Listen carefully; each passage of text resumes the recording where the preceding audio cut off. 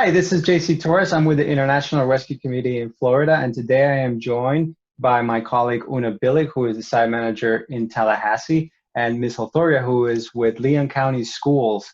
And so today we're going to be discussing a little bit about the preparation that went into reopening of schools. And today the schools in Leon County are already operational, and some kids are back in school, and some kids are joining their classrooms online. So we wanted to take this opportunity to discuss a little bit about what the IRC did with our clients and our families to help them prepare going back to school, and of course the job that the school district is doing, and also figuring out this new dynamic, since this is a new frontier in education for all of us. And so I want to let my colleague Una talk a little bit about the work that we did prior to schools opening.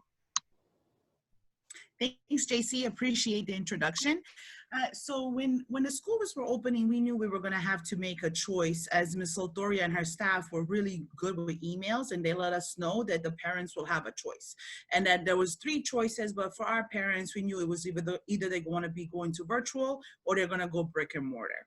So we were provided all the information from Ms. Althoria, which we then distributed to our clients, giving them the power to make a choice. And we started this probably early July, but then we ran into a lot of challenges. And the parents were not sure, well, what does virtual mean? And well, if my kid goes to school, what does that mean? And then I brought those concerns to Ms. Althoria, and then we started like, hey, let's have some Zoom calls. Our parents have a lot of questions. They're not understanding the information that's provided to them, and not even due to language, because we provided the information in their native language, but just the concept, right? They didn't understand the concept. So Ms. Althoria was like, let's do it. And I said, Ms. Althoria, because we serve 2 populations, and it was not just the Congolese, which are Swahili speaking, but we also serve the Syrians, which are Arabic speaking. And then we would have 2 same phone calls with two of our populations. So Ms. Althoria was on many of our Zoom calls. We started doing Zoom calls in late July. And then we had 1 call in July, which had a great attendance. It had interpreters, 1 for the Arabic speaking clients, 1 for the Swahili speaking clients. And then we had 2 Zoom calls in August. 1 was for, hey, are you sure you made the right decision? Are you comfortable with the decision? And then the next one in August was like, hey, now it's ready to execute the decision. Right. So is your kid ready to go back to school? Do you know what your kid is going to be doing once they go back to school? And for the few families, very, very little of our families chose to go virtual, but for those that did, are you ready to take on this challenge as well? So initially we started with a lot of emails, a lot of communication, a lot of clear communication from Leon schools.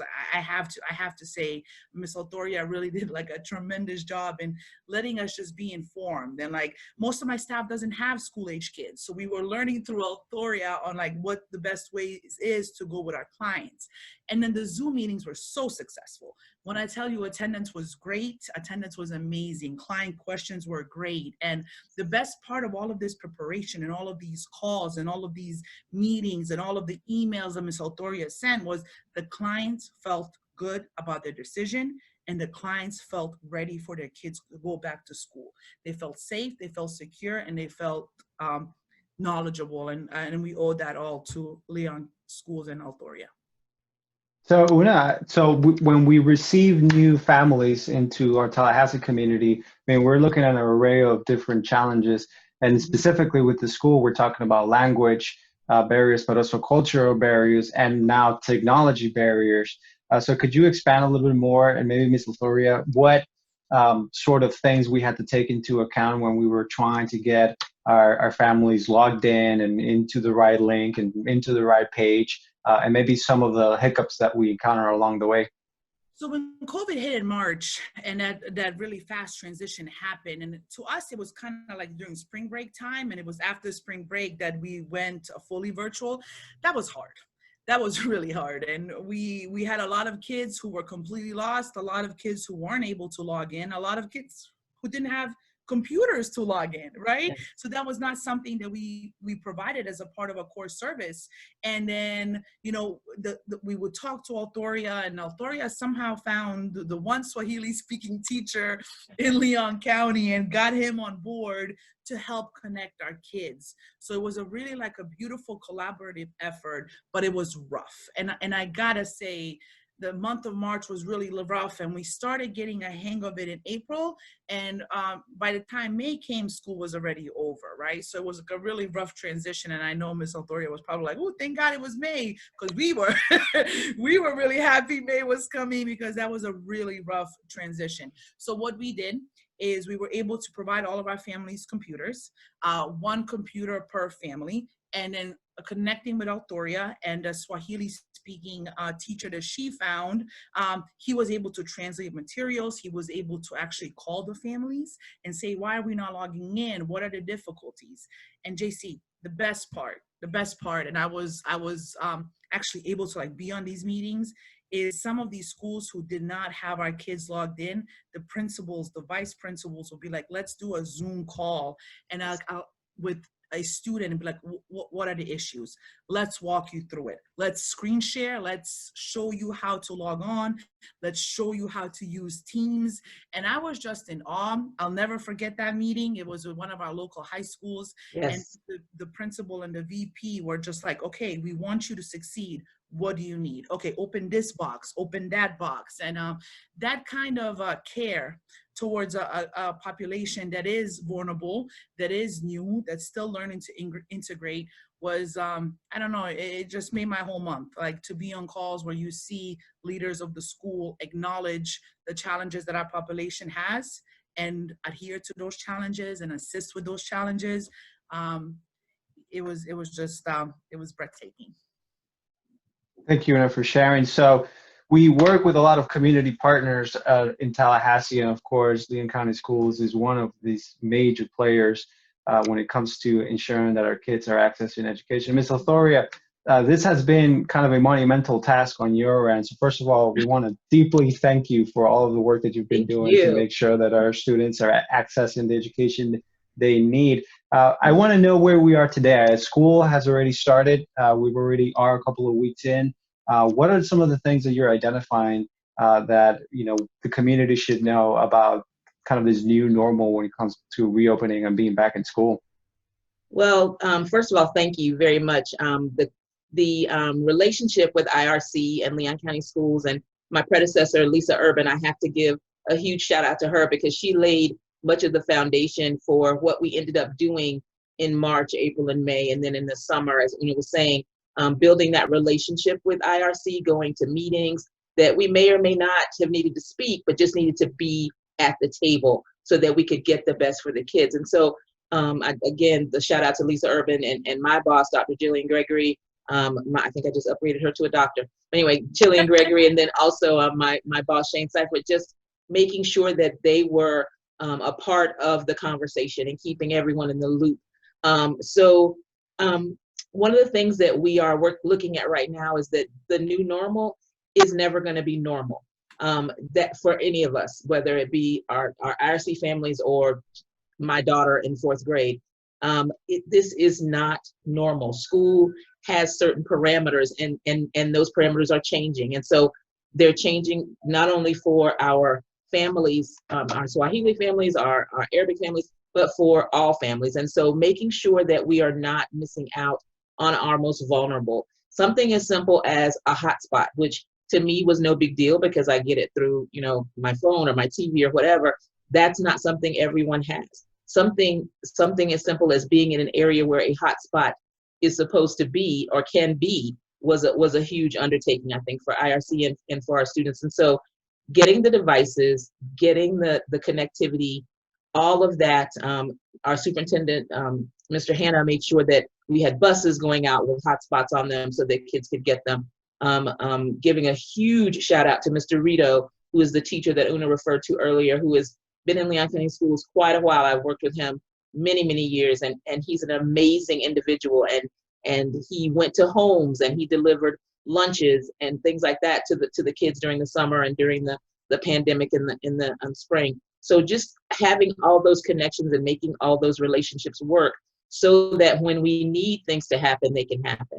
So right now where we are is school has started. We're at the end of week 3, yay! And the kids are logging on. The kids who are DA students, Distance Academy students, are logging on from home. They have to be in school just like the kids who are sitting there in the classrooms in the brick and mortar. And they have to log on. They have to be seen. Their face has to be seen while they're in class. May not be the entire 120 minutes because we are on block schedules here in Leon County Schools. But you have to log in, and that's your attendance. And before we started this conversation, Una and I were talking about the fact that that's our biggest thing right now, making sure everyone is accounted for, making sure a teacher has seen you these 3 weeks, and attendance is taken every day in every class. And so if you aren't signing in the morning to class A, then, or period 1, then, you know, and you sign in period 3, where were you period 1? And so that period 1 teacher needs to see you as well. And keeping kids connected with their teachers, and keeping parents connected and understanding.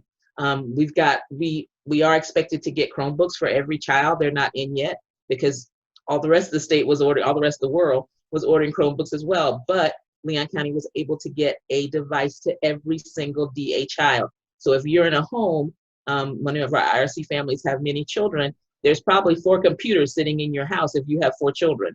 And the connectivity with 4 computers and 1 hotspot may not be all that great. So we've had to make some adjustments with students. Maybe the older kids logging on earlier because they're in high school and they log on and get their stuff done, so that when their baby brothers and sisters wake up, they can log on. And so those kinds of conversations have to take place with the teachers so that they know. And I have to give another shout out to the ESOL coordinators here in Leon County. Each school has an ESOL coordinator, and that coordinator is responsible for keeping up with those kids, whether they be Digital Academy kids or whether they be brick and mortar kids. And they have been making sure that those kids log on, that those kids are accountable, that they're checking in with their teachers, and making sure that they are getting instruction.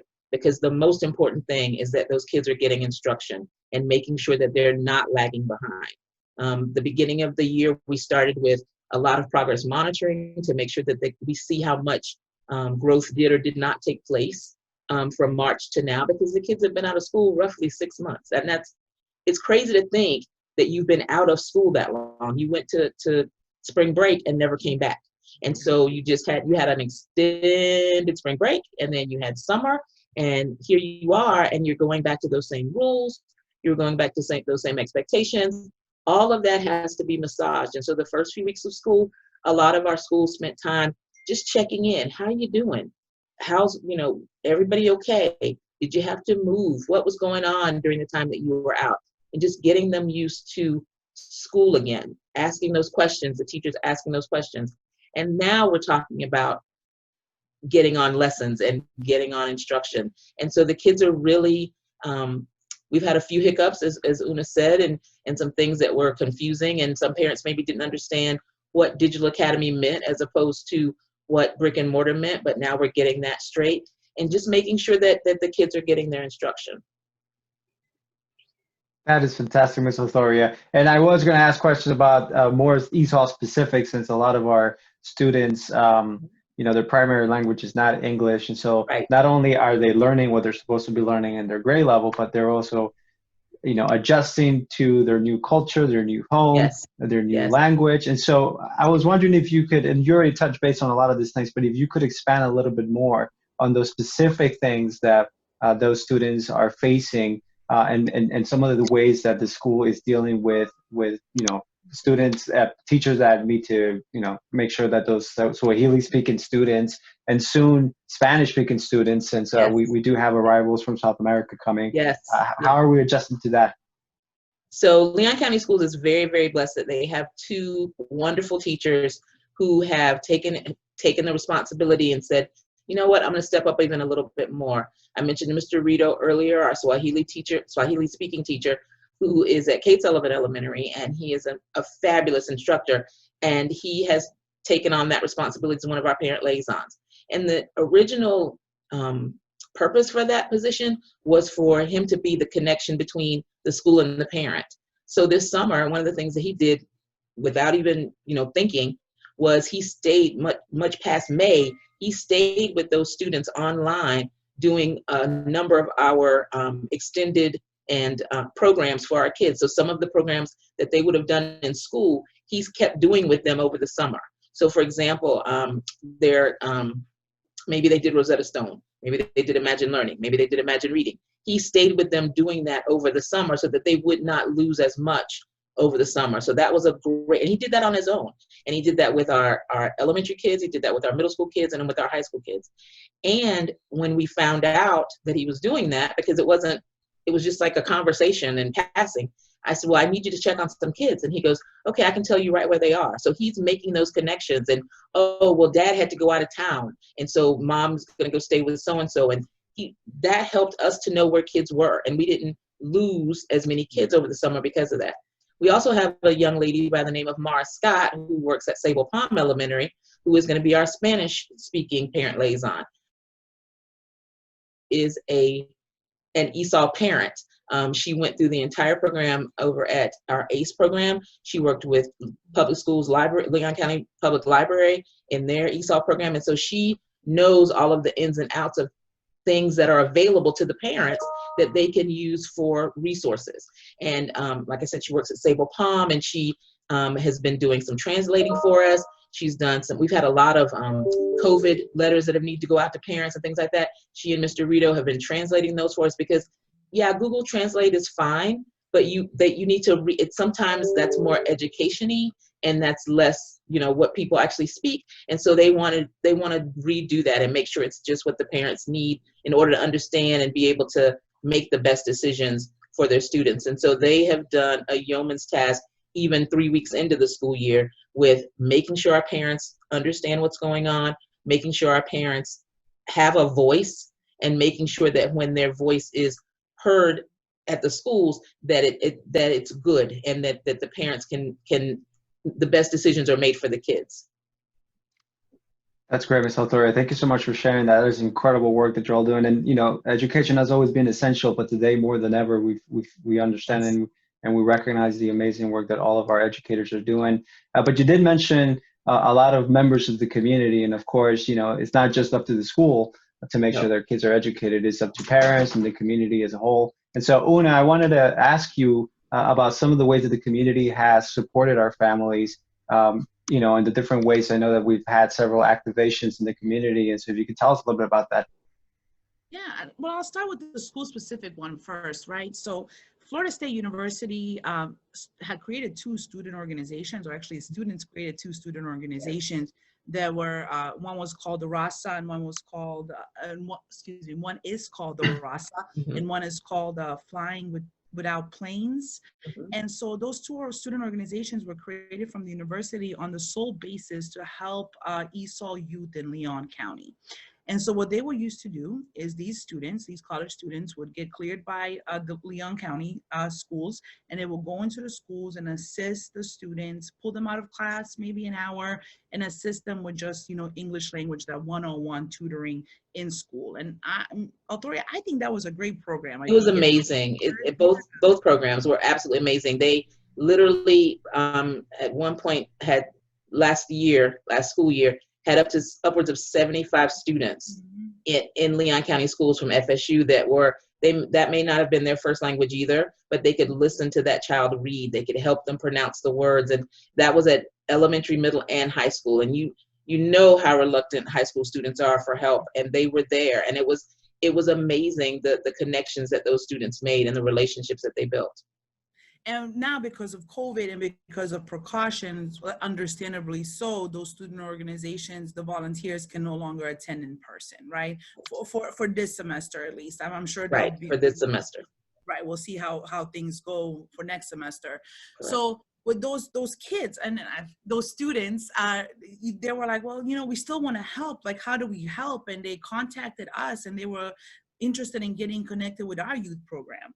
And now our youth program is almost like a capacity, because those same students that used to go to the schools and help our kids now are coming to the IRC into our youth program and wanting to connect with the kids on Zoom and or in person, depending on the family's comfort. So that kind of community support that didn't stop, that's the best kind of community support, right? We went from these student organizations going inside the schools, and now they're not able to. So instead of saying, hey, we'll just take a break, they said, no, let's go to the IRC. Let's see how we can help, whether that's virtually or that's still in person. So majority of those student tutors are now working with us in our youth program and still helping tutor the kids, whether that's via Zoom or in a park or somewhere outside if they're comfortable with that kind of means of communication.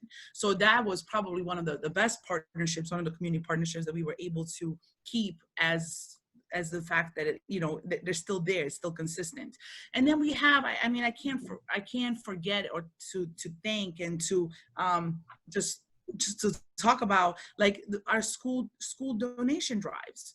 We had one of our organizations for the now second year in a row, Alpha Kappa Alpha, a graduate chapter of here in Tallahassee, collect backpacks. And in these backpacks, they were full of supplies. First of all, they were super cute backpacks. Not that that really matters, but I mean like yes, they were cute backpacks, super cute backpacks, so full of supplies. Full of even like PPE equipment. There was masks in there that came from the city of Tallahassee. There were hand sanitizers in there because they knew that when they asked if our kids were attending virtually or brick and mortar, I told them they were going brick and mortar. So they were like, we got this. Right. And not only did these ladies collect these cute backpacks, fill up these cute backpacks, but then they went into our neighborhoods and delivered these cute backpacks. So that was probably one of the most amazing community partnerships. Again, for the second year in a row, because they did this for us. It was their hard work, and all the kids were ready to go to school. Along with that, faith-based organizations stepped in and said, hey, do you need any more supplies? So every single kid that we have, which is over 75 kids that the IRC actively works with, got a backpack full of supplies, full of hand sanitizers and masks, and that was definitely with the assistance of the community, both faith-based and community groups. And just to piggyback on that, JC, you have to remember that going back to school now, normally you'd get that supply list and the parents would fill it and the teachers would put all of that stuff in the closet and they just take it out as needed. And school now, you don't share supplies like you used to. And so every kid has to have their own everything. So for those children to go back, for any child to go back, everything they need and not feel embarrassed, not feel as if they can't get or can't have. And, they have everything just like their counterparts. And that is amazing.